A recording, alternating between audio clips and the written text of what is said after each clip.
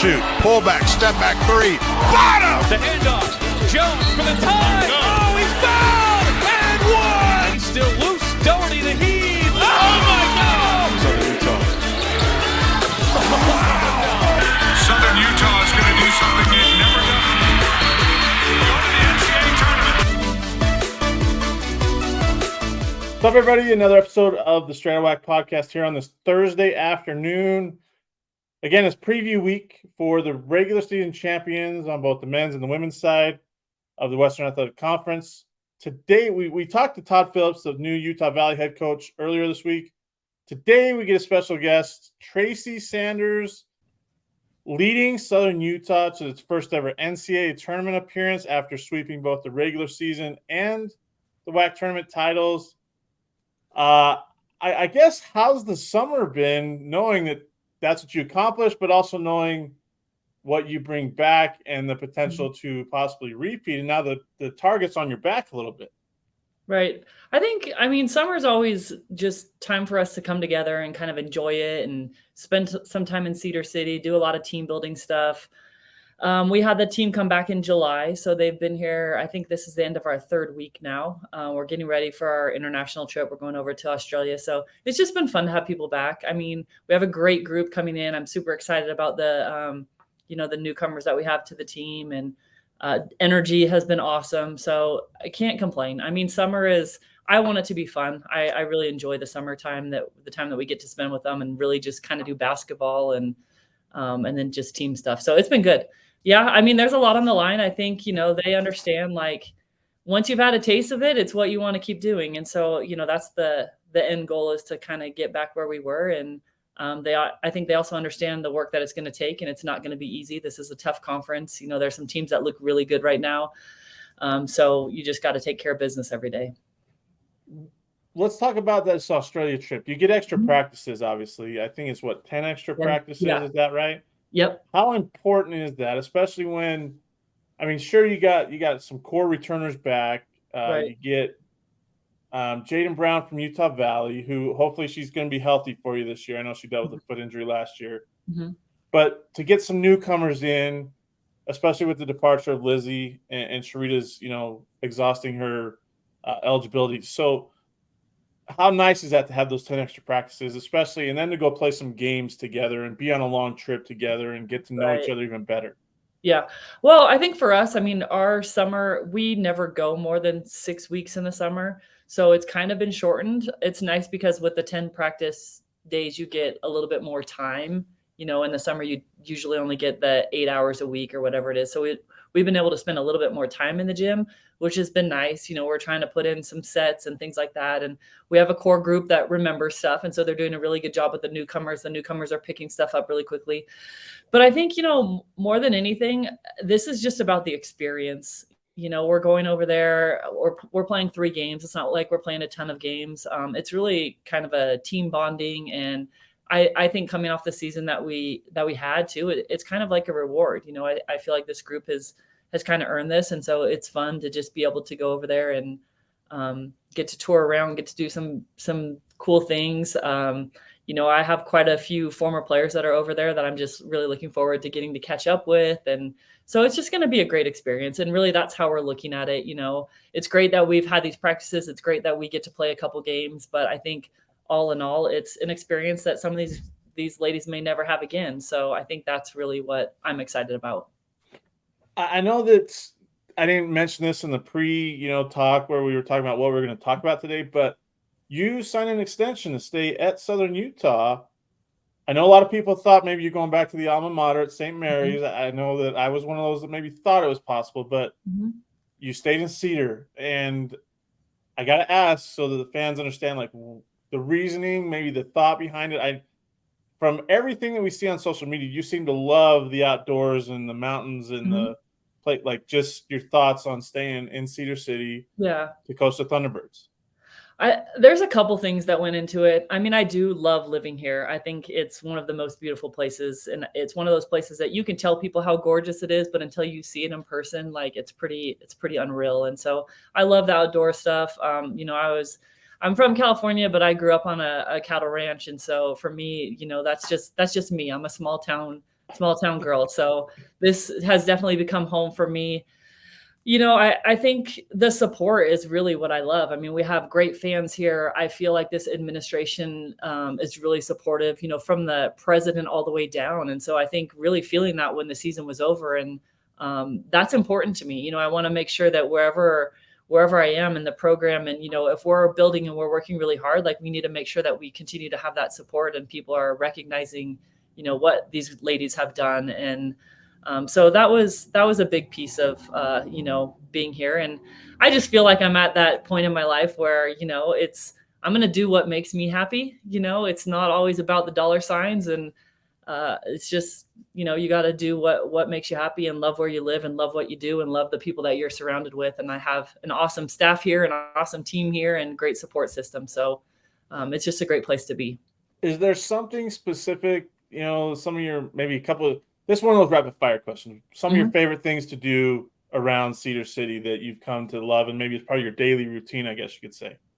Yeah, I mean, I wake up every morning. I have a Rottweiler and a poodle, and so I take my dogs for a walk out about 10 miles out of town. We have some property, and so go out there and walk the dogs every morning about 6 o'clock and get back into work. And I mean, I got my yoga place that I love to go to around the corner, and our favorite restaurants, and have some property up the mountain. So we go up the mountain and just, hang out up there, and it's gorgeous. It's like one of my favorite places to be, and the phone doesn't work. So sometimes that's great. Sometimes I'm constantly running for service. So it just depends, but I've learned how to ski since I've been here. Never was able to do that. So just a lot of just new things, but there's definitely like my favorite places. So you've learned to ski. Would you allow your players, do you allow Sam, your daughter, to go skiing, or would you say, no, now that you're playing, there's no way you're getting on There's a reason skis. I didn't learn to ski until, I was like 45. Yeah, I mean, they understand, like there are certain things that we just would not encourage them to do. When the season's over, if, a lot of them like to go wakeboarding and do all that stuff on the lakes here too. And so we try to play it as safe as we can, but at the same time, they're going to do what they do in the summer and the spring. And you just have to, cross your fingers and remind them to be safe. A Rottweiler and a poodle, that's quite the mix. Right? How long have you had those two? Because that's I don't know, a big, humongous Rottweiler with like that. That's kind they're of both 3 and 2.5. So very nice. They're best friends. It's hilarious. The poodle beats up on the Rottweiler. So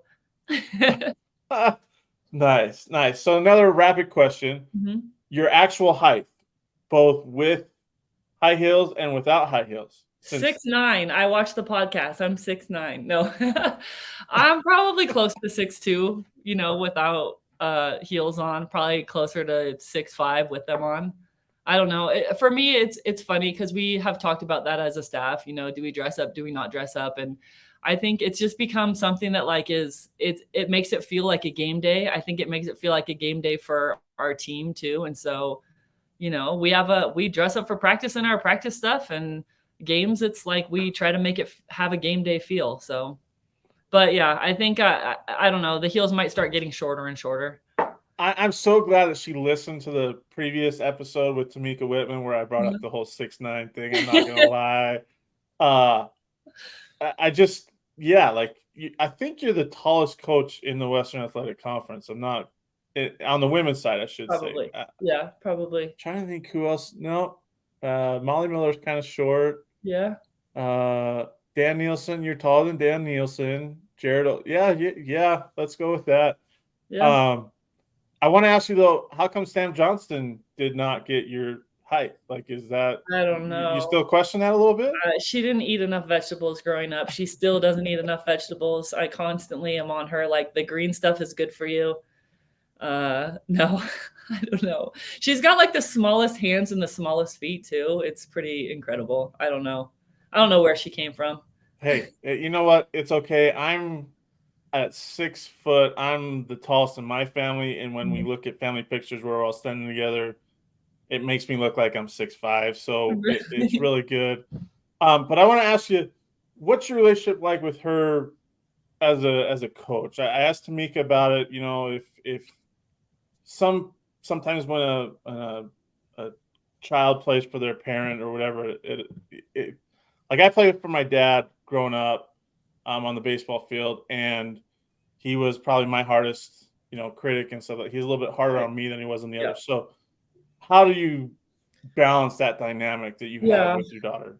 And I can be, I think I've gotten better at like not noticing everything that she does that like I'm like, do this different, you could do this or you could do that. And so I've just really tried to treat her like everyone else, like I'm gonna cheer for her when things are going good and she's doing things right, and I'm gonna let her know when there's things that she can do better. And so I think one of the things that I am most impressed with her, and it's funny just watching her kid kind of like grow up, and I don't see her like that often, even though she's right here, like she's doing her own thing and whatever. But um, it's just funny to watch her like grow up, and she's just a great teammate. I mean, I think that is the biggest thing. Like she has to be a good teammate where her teammates like her, they trust her, she's great with the new people that come in every year. Right now she's driving all our freshmen around because none of them have a car, and I think she wants to win as much as I want to win, which is awesome, and she's like, what do we got to do? Who do we got to get in here? She understands how important recruiting is. She's never someone that's like, is this person going to take my spot? That doesn't cross her mind. Like she just wants to get the best people in here she can, and she wants to win. So I used to think she was going to be a coach, and now I think that she sees it like firsthand. She's like, no, I'm not doing that. Oh, I like it. I like it. I like what you said about, taking the freshmen around because they don't have a car, and being a good teammate and stuff.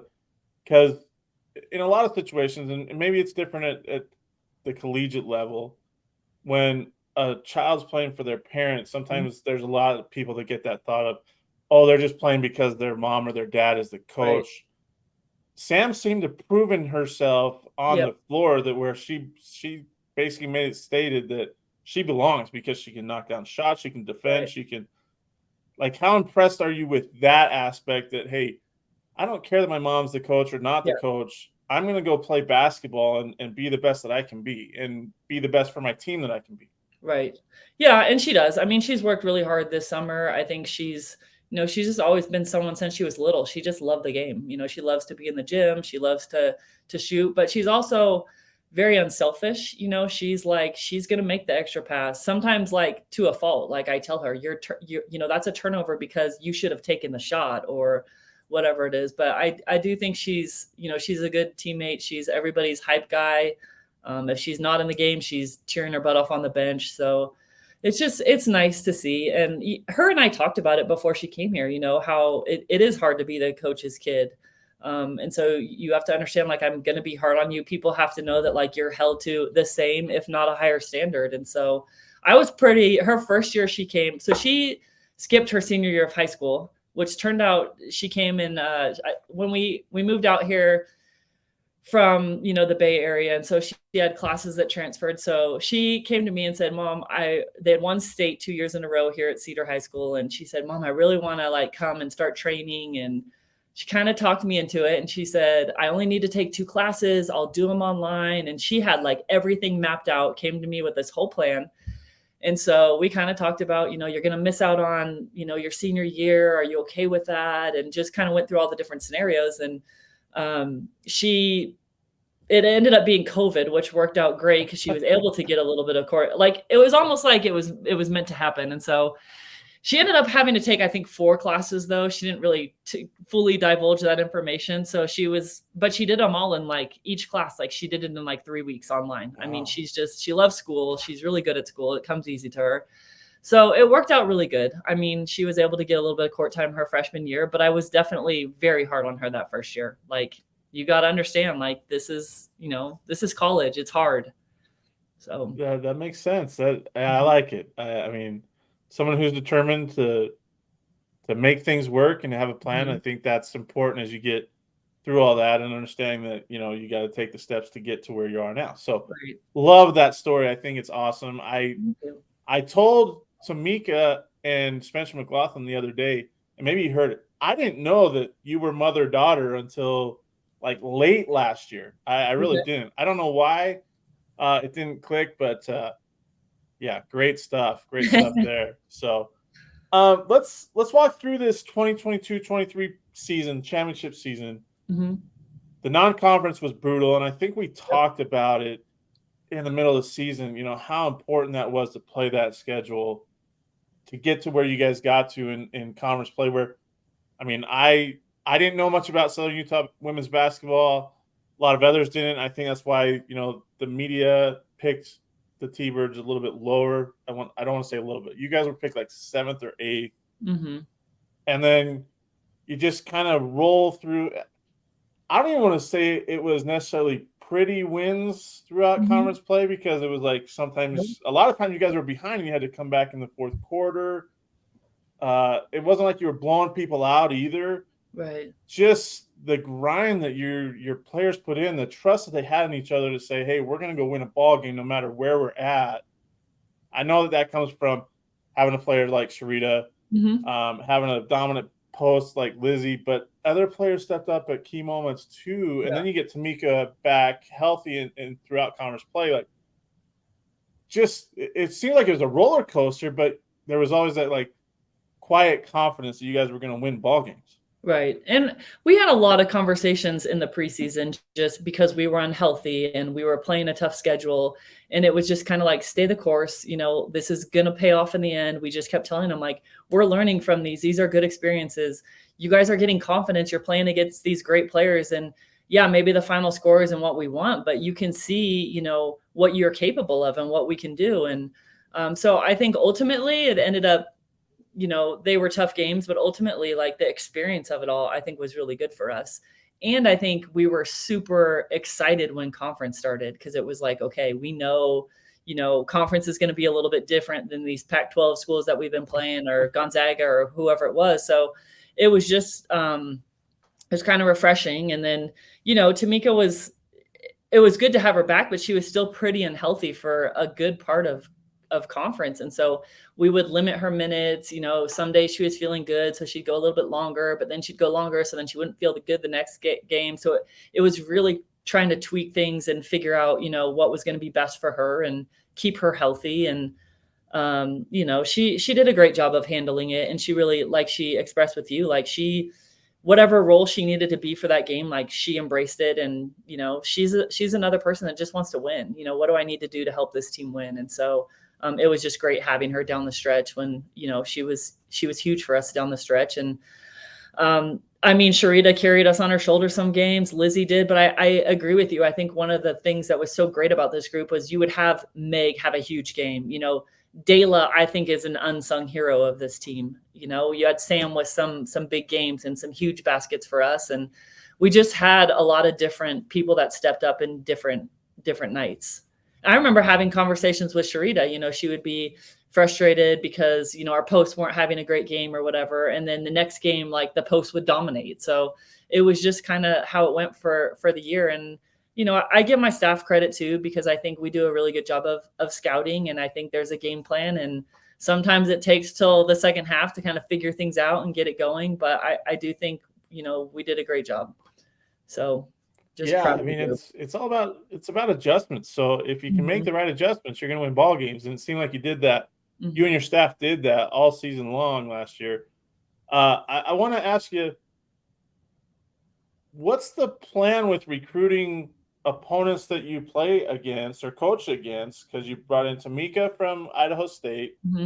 You got Meg Jensen last year from Utah Valley. And now you get Jaden Brown, who you actually didn't coach against this year because she was not healthy when you guys met with the Wolverines. But, like, it's always interesting to me because a couple other coaches have done it too. So I'm just, is it just like, you know what? We see how good these players are. We want them to we're going to recruit them hard. I've always been interested in that thought. Yeah, I think I feel like with those three, there's been like a connection with players that we have, or, Meg has family down here. Jaden has family down here. Both of those two, I was recruiting when they were in high school and I was over at St. Mary's College. So there was already like a little bit of a relationship there, and kind of had followed Jaden, and, she had a great start to her year at UVU. Meg was someone who I had been impressed with, and, really I thought in college had really progressed and expanded her game. And so I think, it was great that it worked out the way it was. And I think sometimes sometimes the Utah girls that are raised here, like they like to stay here, and so it's, it just kind of worked out in our favor. But I think having the family and the connections down here was good. Is Jaden healthy? That's a big question. I think a lot of people are curious Yeah, about. we're just kind of playing it day by day and just going to kind of see where she's at. To see if she'll be able to play this season. Sure. Either way, we're stoked to have her here. She's going to be great. Do you think, this is might be a bad question to ask. We've talked about Megan Jensen not having a mean bone in her body. Mm-hmm. She just got married a week ago. Mm-hmm. Do you think that changes now?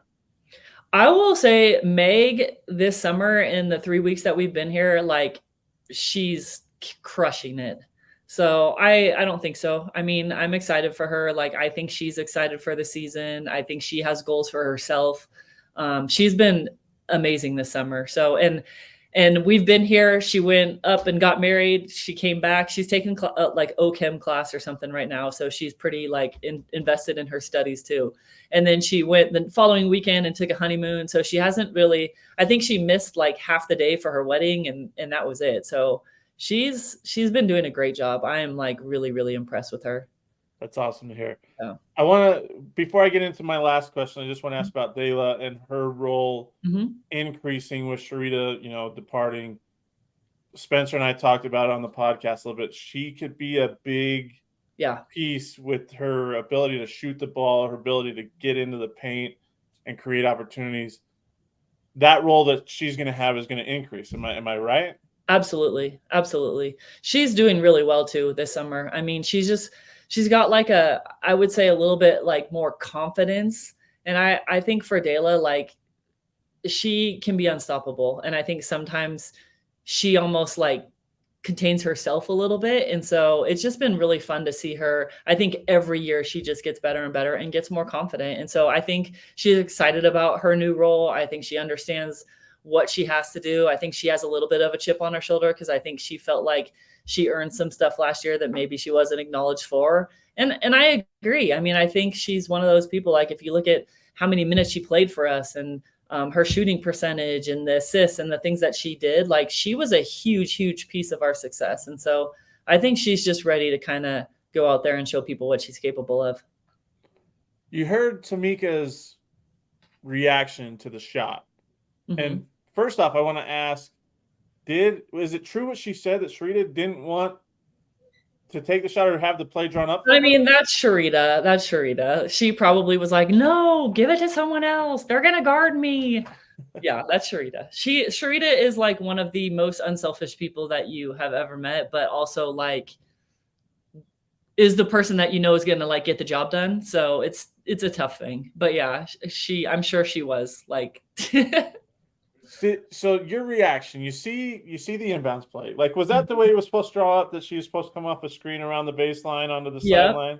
Yep. So it wasn't like a different play. It was a play that we always run, a sideline. And she was supposed to catch it more in like the short corner. They did a good job of defending it. They actually tipped it. So you can see Sam jumps out of the way, out of bounds. Tamika's kind of running towards it too to try to save it. And Sharita just grabs it and kind of chucks it up. So the goal was to, like Tamika said, get to the basket, get a layup, get to the free throw line. The intention was never, hey, we're going to go for the winning shot. It was, let's tie it. Let's get this thing tied if we can. So it's right in front of you too. Like it's right in front of your bench. Mm-hmm.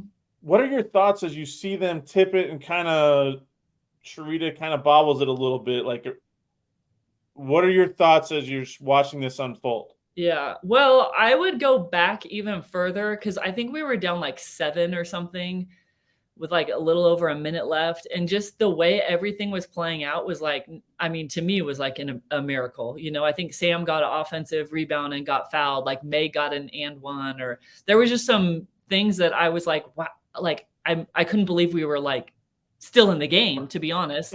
And then I remember when she chucked it up, I was a little upset because I'm like, you can't even try to draw a foul, like at least go into her. In my mind, I'm like, that's really what you're gonna chuck up there.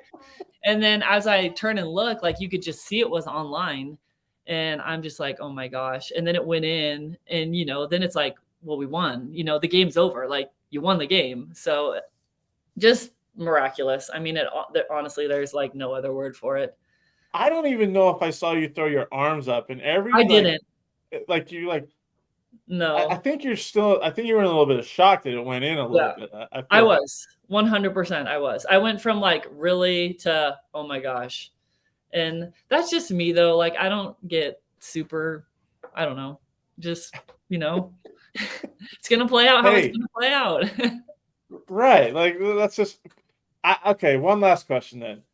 Were you there the following night when you saw what the men did against Utah Valley? Where I think I was there until halftime, and then driving home, I remember driving home back to the hotel, and we were watching it on the phone, and I just I kept seeing the score, and I'm like, oh my gosh, and then got back to the hotel and we saw the end of it. But incredible. So your reaction to your win against New Mexico State was my reaction to Southern Utah, because I'm a Utah Valley alum, so I'm trying to stay unbiased as I can. But sitting there on press row, I kind of I'm looking at the people what just happened, right?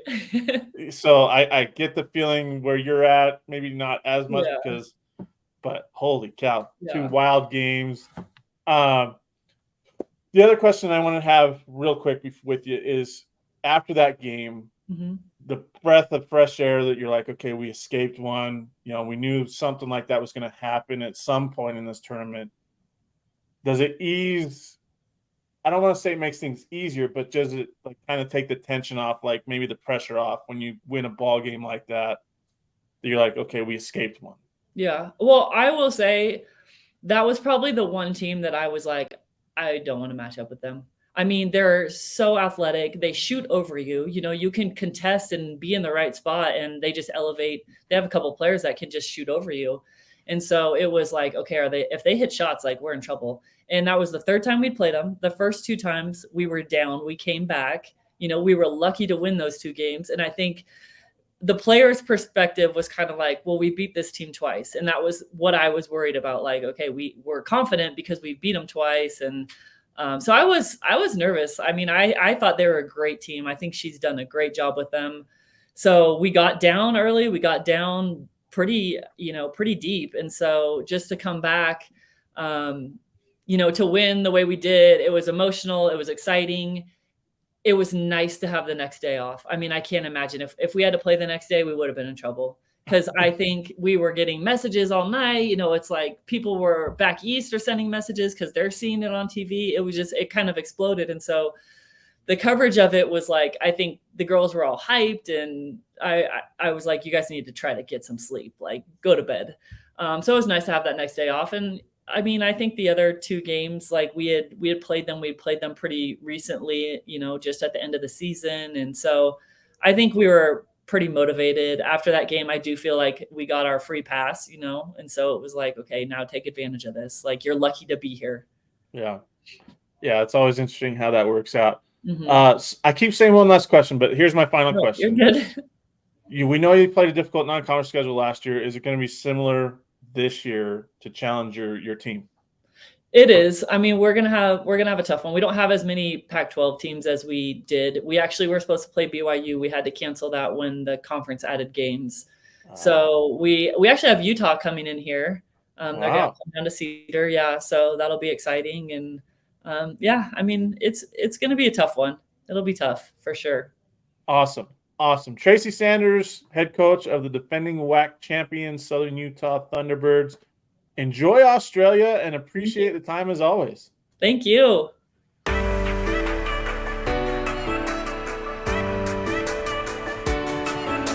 Thanks for listening to the Straight Outta WAC podcast. You can find us on Apple Podcasts, Spotify, and other podcasting platforms. Be sure to subscribe so you never miss an episode. Remember to follow us on Twitter at WAC Hoops Digest and Facebook under WAC Hoops Digest for all your WAC Hoops news and information.